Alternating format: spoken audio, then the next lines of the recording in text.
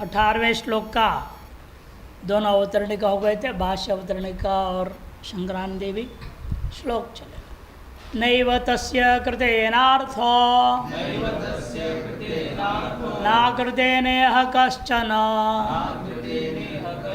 न चास्य सर्वभूतेषु कश्चिदर्थव्यपाश्रयः नैव तस्य कृतेनार्थो न कृतेनेह कश्चन न चास्य सर्वभूतेषु कश्चिदर्थव्यपाश्रयः। नैव तस्य कृतेनार्थो, तस्य मने ब्रह्मविदा, जीवन मुक्त ब्रह्मज्ञानी है, उसके द्वारा किए गए किसी भी कर्म का कोई फल प्रयोजन अपेक्षा है ही नहीं। तस्य कृतेन अर्थो नैव न प्रयोजनमस्ति। लोग करने का भले कोई प्रयोजन ना हो, नहीं करने से तो प्रतिभा लगेगा, पाप लगेगा न। अकृतेन यह न कश्चन अर्थो, न करने पर भी उसका ऐसा कोई दोष या पाप या प्रत्यवाय लागू नहीं होता। क्यों?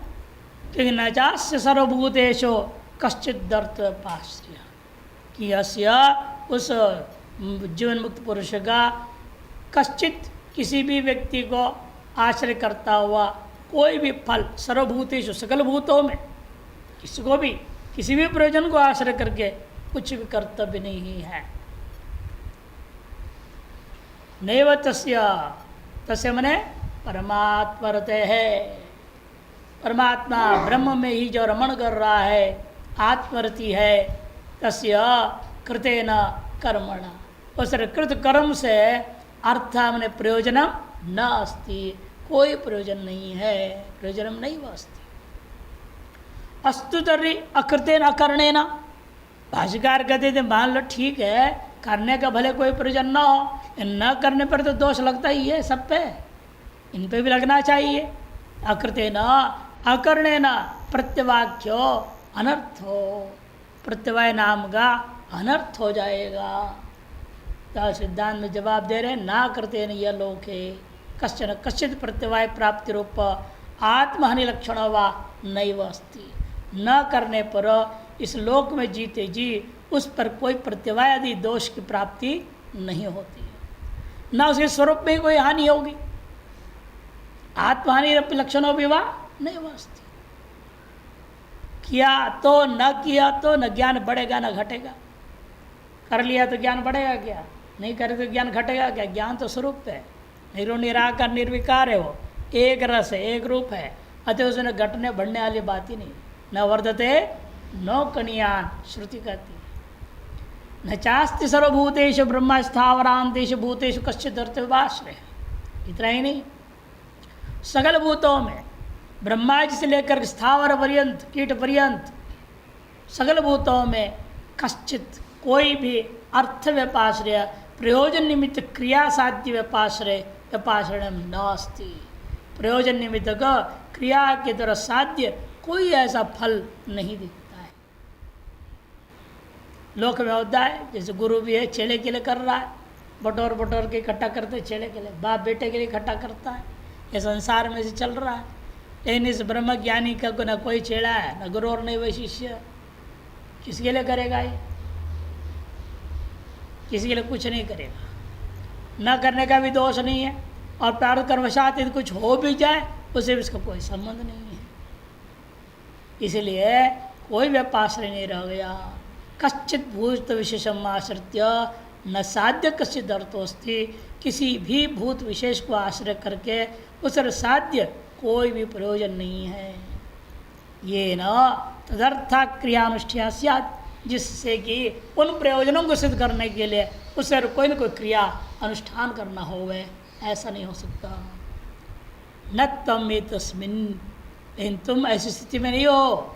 अर्जुन को कह रहे तुम जो है ए तस्मिन सर्वत संप्लोत स्थानीय सम्यक दर्शने न वर्तसे, लेकिन तुम जो है सर्वत संप्लुतोदक समुद्र स्थानी जैसे परमानंद है, ब्रह्मानंद है, उसे तुम प्रतिष्ठित नहीं हो।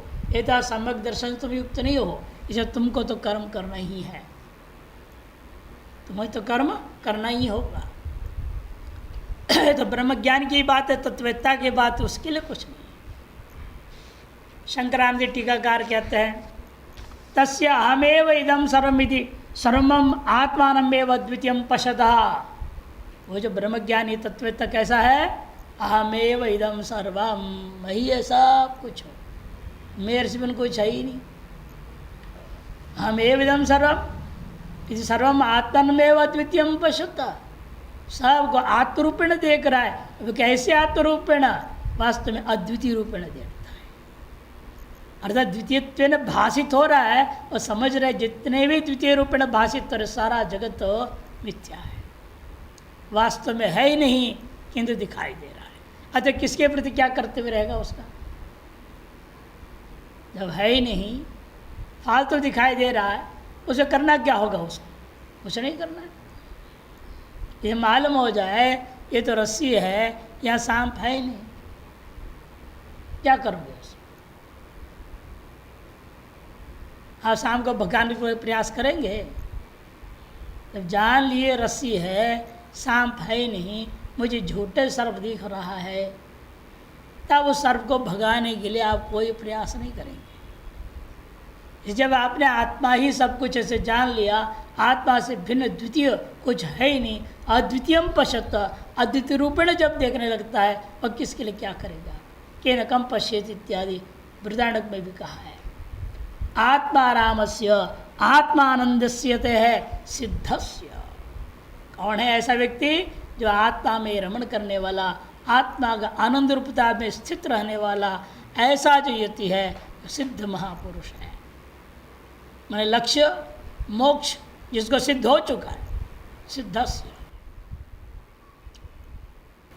कृतेन अनुष्ठितेन कर्मणा प्राप्तव्यर्थः, कृत जो उस अनुष्ठित कर्म के द्वारा प्राप्तव्य अर्थ कश्चिदपि नैवस्ति, कोई भी अर्थ उसके लिए है ही नहीं। ये कहते हैं आत्म तृप्तत्वात् और सर्वमिथ्यात्व दर्शित्वात्, आत्म ही आत्मस्वरूप में स्थित होकर तृप्त है वो, अतएव वह जो है सर्व को मिथ्यारूपेण देखता है। योग क्रिया प्राप्तव्य आकाशगमन अणिमादि सिद्धिरपि नापेक्षते, योग क्रियाओं के द्वारा प्राप्त होने वाली जो सिद्धियां हैं, आकाश गमन हो, अणिमादि सिद्धियां हो, रिद्धि सिद्धि, कोई भी चीज की अपेक्षा ही नहीं रह गया। सर्वात्म भावापन्नत्वात्, क्यों सर्वात्म भाव को प्राप्त कर गया, सर्वात्म भाव को वो प्राप्त कर लिया है, इसलिए उसको अब वायु कुछ भी करना नहीं। किसके लिए दिखाएगा सिद्धि, रिद्धि सिद्धि भी पाते आदमी किस लिए पाते हैं सिद्धि, दूसरों को चमत्कार दिखाने, और चमत्कार के माध्यम से आकर्षण करेंगे, और आकर्षण करके उसे दो ही तरीका है, या तो वो आकर्षण की तरफ प्राप्त उनसे धनराशि आदि को लोक कल्याण के लिए प्रयोग कर दे,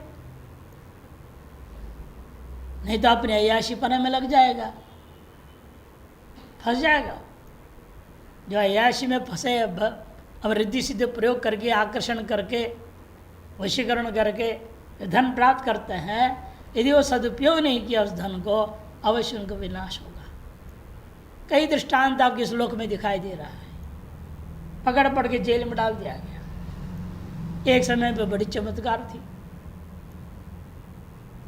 लाखों लोग उनके पीछे दौड़ते थे, अनाज कहाँ है। और दूसरे लेके जो सदुपयोग किया, पहले उनके पीछे वैज्ञानिक पड़ गए, उनको भी दबाने की कोशिश की, अंत तक सफल नहीं हो पाए। जैसे हैं, हाँ, सत्य साई बाबा, उसको देख लो, अरबों रुपया भी आया, सब उसने विद्यालय खोला, गरीबों के लिए बहुत काम करते रहा, अपने लिए कभी नहीं। जो सदुपयोग करिएगा रिद्धि सिद्धियों का, उसका तो कोई हानि नहीं होती है, जो दुरुपयोग करेगा तो हानि होती है। और ये जो ब्रह्म ज्ञानी है, न सदुपयोग न दुरुपयोग किसके लिए करेगा, आते हो इनसे रिद्धि सिद्धियों के पीछे पड़ता ही, न आवे उतना दूर रहे उतना अच्छा। लेकिन ज्ञान के कारण से शुद्धता आ भी जाए, इसे किसी के साथ प्रदर्शन भी नहीं करेगा। प्रारब्ध कर्मवशात हो भी जाता है, उससे वो निर्लिप्त रहता है। ये विशेषता होती है। जैसे हम लोग देखते छोटे महाराज जी को कैसी विशिष्ट सिद्धि थी। एक बार एक भगत कानपुर से आते थे खन्ना साहब करके, और हम लोग भी जो घूमने जाते थे हमारे के साथ, पीछे जंगल घूम के आते थे गंगा किनारे पे। ओशमान दास रुके हुए थे, वहाँ से आए वो भी। वहाँ जैसे उनके नज़दीक पहुँचे, प्रणाम किए, क्या कर रहे हो यहाँ पर, जाओ जाओ जाओ जाओ, तुरंत कानपुर जाओ। अरे समझ में नहीं आया क्या हो गया आज, क्यों ऐसे बोल रहे हैं। अब टिकट नहीं है, रिजर्वेशन नहीं किया गया है। तो उन्होंने सोचा क्या करें, जाओ जाओ तुरंत जाओ। बोल गए हम आगे चलते, हम लोग भी आगे चले गए। वो गया वापस, तुरंत बिस्तरा बांध के जो बस पकड़ा कहाँ तक, वहीं से वहाँ से दूसरी बस बदल के पहुँच गया कानपुर। अगला दिन फिर पहुँच गया वो, सोचा क्या करो, घर जाऊँ कि दुकान जाऊँ। तो चलो मैं पहले दुकान तरफ जाता हूँ। हो गया तो देखता है क्या, आग लगी हुई है। बेटा पीछे नीचे बैठा है, व्यापार करता हूँ, किसी भी दृष्टि उस पर नहीं गई। और मैंने देखो कम से कम उनको 18 घंटा पहले पता है वहाँ आग लगने वाला है। शुरू ही हुआ था शॉर्ट सर्किट होकर के। कपड़े के थोक व्यापारी सारे जल के राख हो जाता। तुरंत उन्होंने नज़र पड़ा, तुरंत चिल्लाने लग गए, तुरंत सारे अगल बगल सारे कपड़े हटा दिए, उतना तो थोड़ा जल गया, सब जल गया, पूरा बच गया। उसके बाद घर गए, नहाए खा पी लिए, फिर लौट आए। तो हम लोगों को पता है कि इसलिए महाराज जी ने भेजा था। जो 18-20 घंटे के बाद जो दुकान में आग लगने वाला है, उनको कैसे पहले से पता? कोई ज्योतिष से थोड़ी कुंडली देखा उन्होंने। सिद्धियाँ दूर से ही सब भावी घटनाओं को देखने की क्षमता है, लेकिन कभी प्रदर्शन नहीं करते थे। ऐसे कोई घटना हो गई तो उन लोग बोल देते बाद में, जब अगला दिन आया तो बोले भी किसी को बताना नहीं, चुपचाप रहो,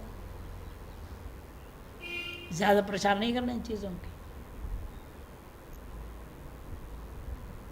इस तरह के जो जीवन मुक्त ब्रह्मज्ञानी होते हैं, उनके पास सारी रीति सिद्धियाँ होते भी हैं, लेकिन वो प्रयोग किसी के लिए भी नहीं करते। प्रारब्ध कर्म हो भी जाए उसे निर्लिप्त भाव से करते हैं। ये विशेषता उनकी होती, इसलिए कहते हैं प्राप्त सर्वात्म भाव आपन्नत्वात्, सर्वात्म को प्राप्त हुए हैं। अतः तप क्रिया प्राप्त में ब्रह्मेंद्र आदि पदापेक्षा न संभवती। और सर्वात्म भाव अपन होने के नाते तप आदि क्रियाओं के द्वारा ब्रह्मा इंद्रादि पद की भी उन्हें प्राप्ति की अपेक्षा नहीं होती। जीवन मुक्तत्वाद वैदिक क्रिया प्राप्त चित्त शुद्धि द्वारा मोक्ष अपेक्षा भी नास्ति। आप तो जीवन मुक्त हो चुके, अब पर मोक्ष पाने की इच्छा भी समाप्त हो गया। मुक्त हो गए, फिर पाने की इच्छा क्या रही? जैसे गांव में पहुंच गए और गांव प्राप्त करने की इच्छा होगी क्या? गांव पहुंच गए, अब और प्राप्त भी कुछ नहीं रह जाता है। तो जब मुक्त हो ही गए हैं, जीवन मुक्तत्वाद वैदिकी कोई क्रिया आदि के द्वारा, ज्ञानाभ्यास निध्यासन के द्वारा भी प्राप्तव्य चित्त शुद्धि द्वारा मोक्ष आदि की अपेक्षा उनमें नहीं हो सकता। अतो ब्रह्मवित्तमस्य, यह साधारण ब्रह्मवित्त नहीं है, ब्रह्मवित्तर ब्रह्मवित्तमस्यापि कर्मणा साधनीय अर्थ कश्चिदपि नास्ति। वह कर्म आदि के द्वारा साधने कोई भी अर्थ, कोई प्रयोजन उनके है ही नहीं। ननु एतस्य कर्मणा प्राप्त इष्टार्थ भावेपि, ठीक है मान लिया ये जो ब्रह्मज्ञानी है कर्म के द्वारा उसके प्राप्तव्य इष्ट कुछ भी नहीं है, लेकिन विधि उल्लंघन दोषो नित्य संध्या पूजा पाठ करना चाहिए। हर हर संध्या उपासित यावत् जियेत मासाभ्यम में जेत कुरन्नेवे कर्माणि जिजुषे चतुर्गुण समाहा इत्यादि श्रुति स्मृतियाँ जो बोल रहे हैं उसका उल्लंघन कर दिया उसने। फिर तो ये कोई कर्म नहीं करेगा। विधि उल्लंघन कृत जो दोष है वापी और अकरण में जो प्रत्यवाय दोष वर्णन किया गया वह स्यात् तेन ज्ञान हानिर्वा स्वरूप हानिर्वा प्रसज्येत। उसे पूर्व पक्ष का मानना है उसे ज्ञान में कुछ रोज गड़बड़ होगा और ब्रह्म ज्ञान हो सकता है घट जाए, बिगड़ जाए, या स्वरूप में ही वही हानि हो जाए। इति आशंकायाम, ऐसे आशंका करने पर आह नाकृतेन इति नाकृतेन यह कश्चन उक्त लक्षण से ब्रह्म विधास तो अकृतेन विहिता अनाचरणेन अनर्थ उक्त कश्चन यह लोके न संभवति। उक्त लक्षण वाला जो ब्रह्मवेत्ता है उससे यदि कोई अकृतेन कर्मादि का नहीं करने पर माने विहित का अनाचरण कैसे हो रहा है, विहित का आचरण न करने से कोई भी अनर्थ इस लोक में तो संभव ही नहीं है। क्यों? वो समझ रहा है माया मात्रम इदम द्वैतम इति न्यायेन। माया मात्रम इदम द्वैतम अद्वैतम च परमार्थतः मांडुक्य कारिका। ये सब कुछ माया मात्र है। ये जब जान रहा है उसकी हानि क्या होनी है वहां पे। विधेरपि आविद्यकत्वेन, क्योंकि जो विधियां हैं वो भी क्या है, आविद्य की होगा, अविद्या का ही कार्य। न तत्र वेदा वेदा भवन्ति, वहाँ पहुँच वेद क्या करेगा उसका, वेद वेद ही नहीं रह जाते। स्वरूप में पहुँचने के बाद वेद वेद ही नहीं रह जाते हैं। उस सुषुप्ति प्रकरण में कहा गया हो न तत्र वेदा वेदा भवन्ति। इसलिए एक बहुत अच्छे विद्वान थे, इस बात को समझाते हुए कहते थे क्या फर्क पड़ता है, मान लो आप सोए हैं, लंगोटी खुल जाए तो क्या होगा, अपराध है, पाप लगेगा। बाद में पता चल गया ना, खुल गया, खुला हुआ है, अभी उठते ही पड़ा और आपने इसको संभाल लिए, इसे कोई पाप लगता है? कुछ नहीं। कि उस समय आपका उस शरीर से या लंगोटी से कोई संबंध नहीं।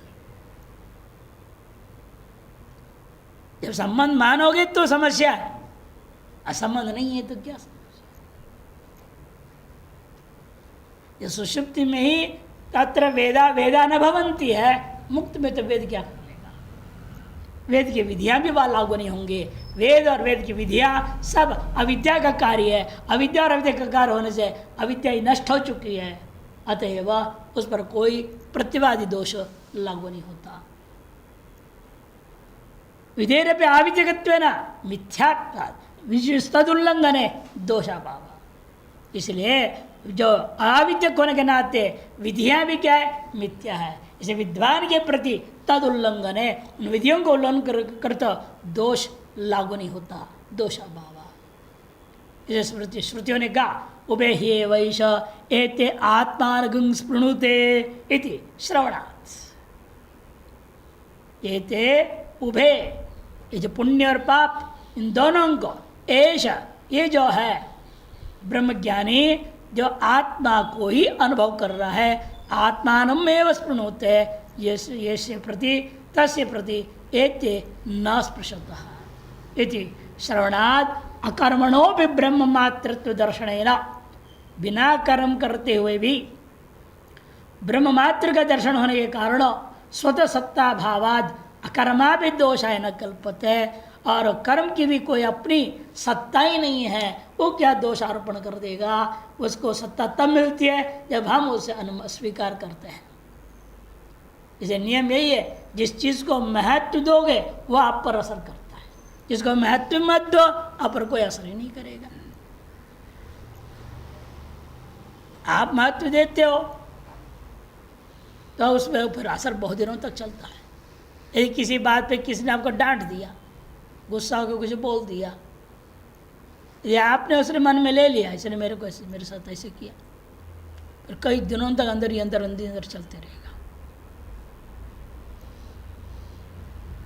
और यदि आप कहेंगे कुछ नहीं, बकवास है, मिथ्या है, दृढ़तापूर्वक इसको अस्पृष्ट कर दे तो अपने आप पर कोई असर नहीं करेगा। जैसे कोई पागल गाली देते हुए चिल्लाते हुए सड़क पर जा रहा है, वैसे कोई असर करेगा आपको? क्योंकि आप उसको महत्व नहीं देते, संबंध मानते ही नहीं उसके साथ।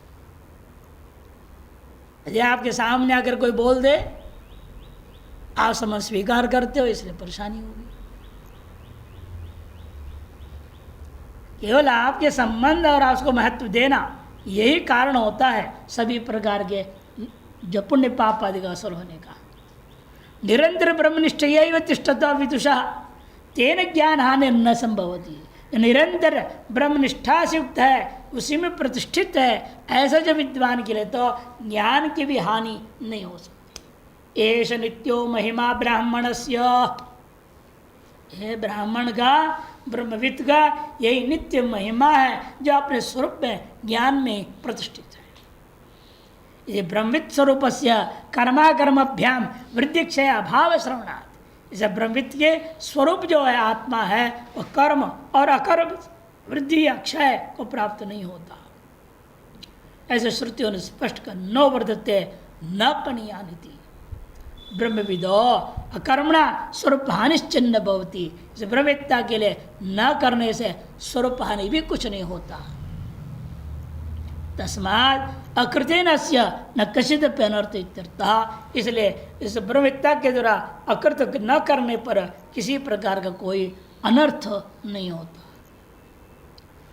ननु अस्य मुक्ति प्रतिबंधक निवृत्त्यर्थम वा आध्यात्मिक आदि उपद्रव निवृत्त्यर्थम वा उपपास्य क्रिया शिवो वा विष्णुर्वा अन्यो वा व्यपाश्रेणीयो भवति। अतः शरीर यात्रार्थम ब्राह्मणो वा क्षत्रियो वा अनुसृत्य आश्रणीयो भवति। और पक्ष आशंका करता है, आप कह रहे हो मुक्त है, लेकिन हमारा मानना है जब तक जिंदा है तब तक भले आप जीवन मुक्त कह रहे हो, लेकिन विधेय मुक्ति में कोई प्रतिबंधक कहा जाए तो? बड़े बड़े योगियों का वर्णन आता है, जट भरत का भी कहानी किया है, ज्ञानी थे, जीवन मुक्त थे, लेकिन ऐसा प्रतिबंध आ गया, 3 जन्म लेना पड़ गया। एक हिरण्य के बच्चे को जो है बचाए, उसके प्रति मोह हो गया और उस कारण से 3 जन्म लेने पड़ गए। ऐसे प्रतिबंधक आ जाए तो इसलिए आमरण पर्यंत आसुप्तिर आमृतेर कालम नए वेदांत चिंतया, अतः उसको तो करते रहना पड़ेगा, अभ्यास उपासना करती रहनी पड़ेगी, नहीं तो प्रतिबंधक आ सकता है। पहला बात है मुक्ति प्रतिबंधक निवृत्ति के लिए अथवा आध्यात्मिक आदि उपद्रव निवृत्ति अर्थम, आध्यात्मिक आदि भौतिक आदि दैविक जो उपद्रव आ जाए, शरीर में रोग हो जाता है, चोट लग जाता है, कुछ भी हो सकता है, देवता प्रतिबंधक डाल रहे हैं, आदि दैविक भी हो सकता है प्रतिबंध। शरीर में रोग आदि होना आध्यात्मिक, बाह्य वस्तु से चोट आदि लगना आदि भौतिक हो, और देवता आदि से आपके कार्यों में प्रतिबंध होने, जीवन में ही किसी को भिक्षा ही नहीं मिल गया, प्रतिबंध डालेंगे और कैसे डालेंगे, और कोई नहीं तो उनके पास एक अस्त्र है, एक भूखा रखो इसको, देखो क्या करता है। देवता लोग आपको भिक्षा ही मिलने नहीं देंगे, क्या करोगे आप? भागोगे भिक्षा के लिए या 100 रुपये प्रतिष्ठित रहोगे? प्रतिबंध किसी प्रकार की भी को डाल सकते हैं। उन उपद्रवों की निवृत्ति के लिए कम से कम उपासना करना पड़ेगा। वापि उपास्य क्रिया अथवा उपासना रूपी क्रिया के द्वारा शिव जी को विष्णु को प्रसन्न किया जाए कि ज्ञानम शंकरादिच्छेद, ज्ञान की प्राप्ति शंकर से होता है, मुक्तिस्तु विष्णुता, मुक्ति जो विष्णु भगवान देंगे, अपनी माया जाल से निकालेंगे। इसलिए इन दो को तो प्रसन्न करने में लगे रहना पड़ेगा, इधर ज्ञानाभ्यास होते रहे और विष्णु अपने माया से निकलने का अवसर दें। इनको प्रसन्न करना हमारा काम है। इसलिए भी करते रहना चाहिए। यपाश्रणियो भवती, अत ये भी सम्मान नहीं हो तो भी अतः शरीर यात्रार्थम ब्राह्मण व क्षत्रिय वापी अनुसृत्य आश्रय भवती। शरीर यात्रार्थी आपने ही कहा है गीता पूर्व में, शरीर यात्रा पे नचते, तुम्हारा जीवन भी नहीं चल पाएगा बिना जो है क्रियाकलाप किए। ये तदर्थ कर्म करना ही है तो शास्त्रीय कर्म करे। अतः विदुष सर्वदा कर्मत्याग को न उचित, इसे विद्वान के लिए पूर्णतया कर्मत्याग कहना उचित नहीं है। इत्याशंकाया माह न चास सर्वभूतेषु कश्चिदर्थ व्यपाश्रय इति उत्तरार्धारंभ हुआ। अस्य उक्त लक्षणस्य ब्रह्म वित्तमस्य, उक्त लक्षण वाला ब्रह्मवित्त तम है, सर्वोत्कृष्ट ब्रह्मवित्ता।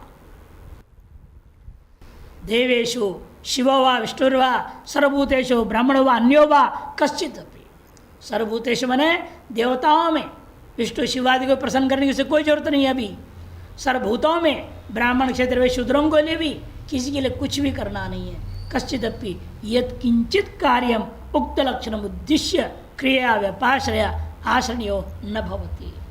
उक्त जो प्रयोजन आपने बताया, प्रतिबंध का भाव करने, आदि उपद्रव की निवृत्ति, विष्णु भगवान विष्णु भगवान की प्रसन्नता के लिए, शरीर की यात्रा आदि के लिए, और शरीर मर भी जाए उसको क्या फर्क पड़ेगा, मुक्त हो ही गया।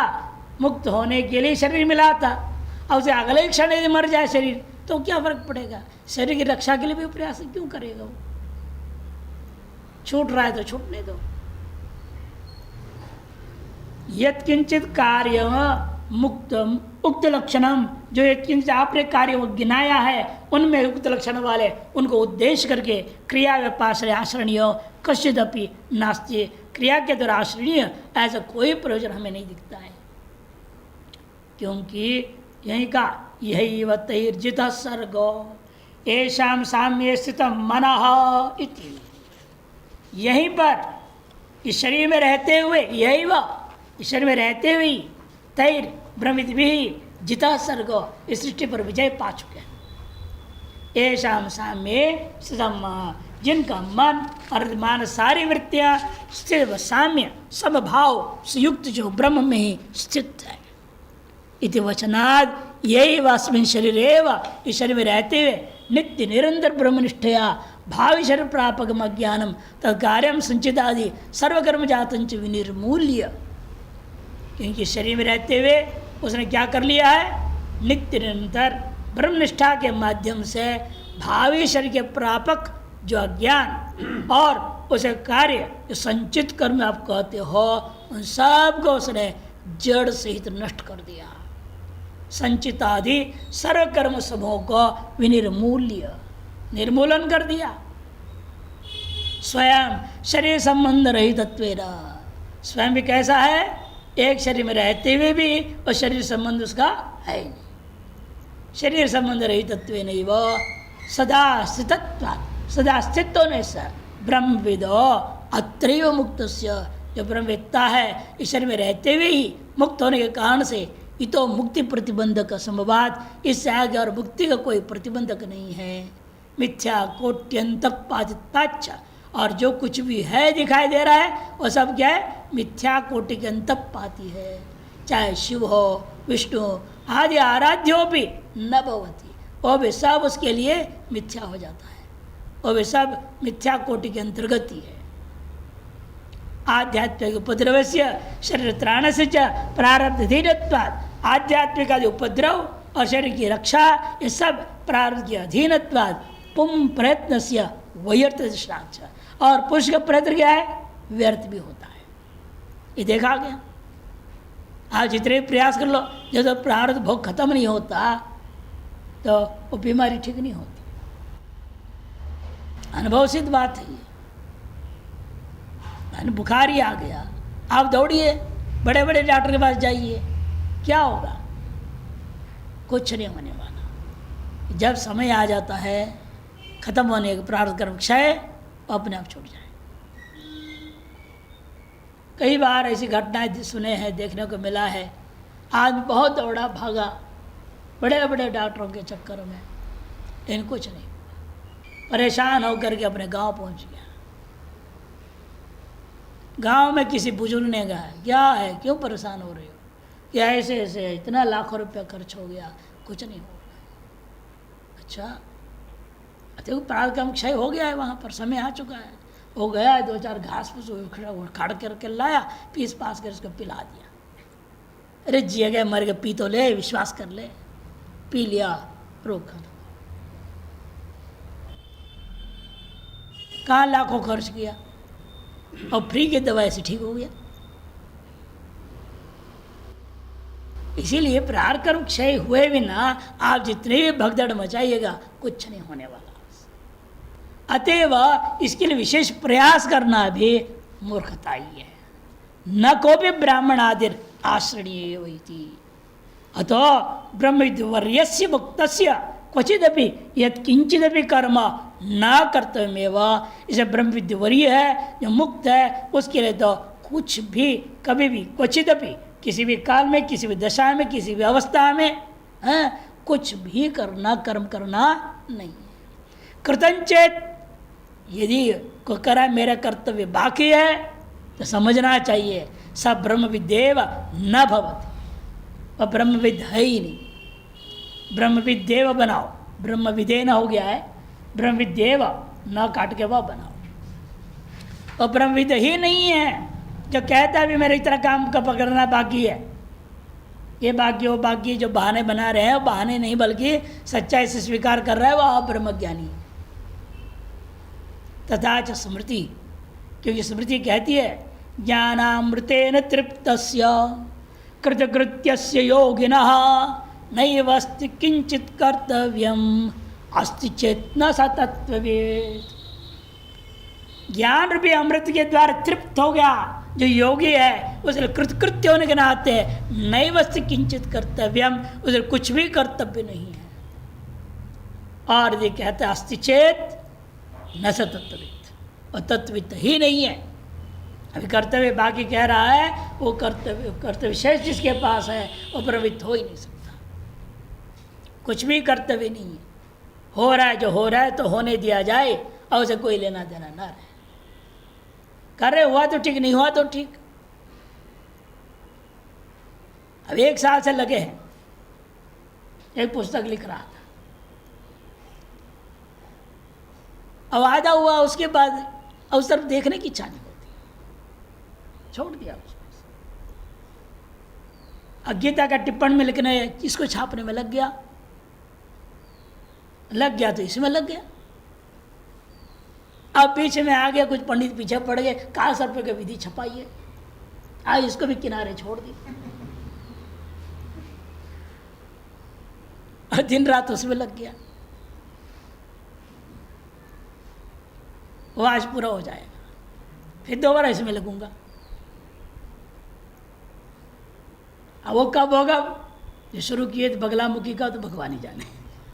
नहीं होगा तो परवाह नहीं, होगा तो ठीक, अपने को इससे लेना देना नहीं।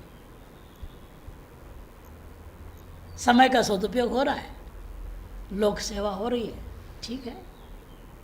नहीं है तो सोए पड़े हुए, क्या दिक्कत है।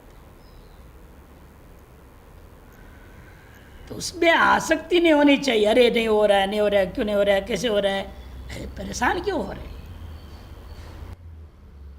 उसका मतलब अप्रवृत्त है, परोक्ष ज्ञान भी नहीं है, वो अपरोक्ष तो दूर की बात। परोक्ष ज्ञान वाला भी परेशान नहीं होता इन चीजों से। न स तत्व विदिति, इस पर विस्तार में टिप्पण भी है। तस्य, वो ब्रह्मविद्ता के दृष्टिकोण में क्या है, आत्मविदं सर्वम माया मात्रम इदं सर्वम। या तो सबको आत्मदृष्टि से ही देख लेगा, या केवल अधिष्ठान में उसकी टिक गया निगाह, तो अधिष्ठित जितने पदार्थ मिथ्या हो जाएगा। माया मात्रम इदं सर्वम रहेगा। यदि मनवानस्य ब्रह्मविद्या, तस्य क्या व्याख्या है, और जैसे मानने वाला जो ब्रह्मविद्या, तस्य न कृति। अत्र कृताकृत शब्दौ मित्रामित्र पदवत परस्पर विरुद्धार्थ वाच्यतया पुण्य पुण्यवाचको। कृत और अकृत शब्द जो श्लोक में आया हुआ है, मित्र और अमित्र पदों के समान परस्पर विरुद्ध अर्थ के वाची है, अतः पुण्य और अपुण्य के वाचक है। यद्यपि तस्य प्रिया प्रिय स्पृशता, इस श्रुत्या उत्तम, इस श्रुति ने स्पष्ट कह दिया है उस ब्रह्मविद्या के लिए प्रिय और अप्रिय, पुण्य और पाप, सुख दुख, राग द्वेष, ये कोई भी चीज जो है स्पर्श नहीं करते हैं। तथापि तस्यास्तु देशाम न प्रियम यदि तद मनुष्या विदुः, लेकिन देवता बैठे हुए हैं, ये नहीं चाहते आदमी मनुष्य ब्रह्मज्ञानी हो जाए, वो नहीं चाहते, इसलिए विघ्न डालते। बृहदारण्य के 1:4-10 का है, तस्यास्त देशाम न प्रियम यदि तत् मनुष्या विदु। ये जो मनुष्य है वो उस ब्रह्म विद्या को प्राप्त कर ले, ऐसे देवता लोग को बिल्कुल इष्ट नहीं है। ये कोई ना कोई बहाने बना कर आपको भगाते रहेंगे, ठिकाने नहीं देंगे। आप देखते हैं यहाँ कितने आए थे शुरू में, हॉल भर गया था जब पाठ शुरू हुआ। अब कितने टिके हुए हैं लगातार, कितने हैं? 10 नहीं है। बाकी कई तो आगम पायनो नित्यास्थान से शिक्षा सब भारत 15 दिन के लिए चला जा रहा है, कोई 10 दिन के लिए भाग रहा है, कोई 2 महीने के लिए भाग रहा है, फिर आ रहा है।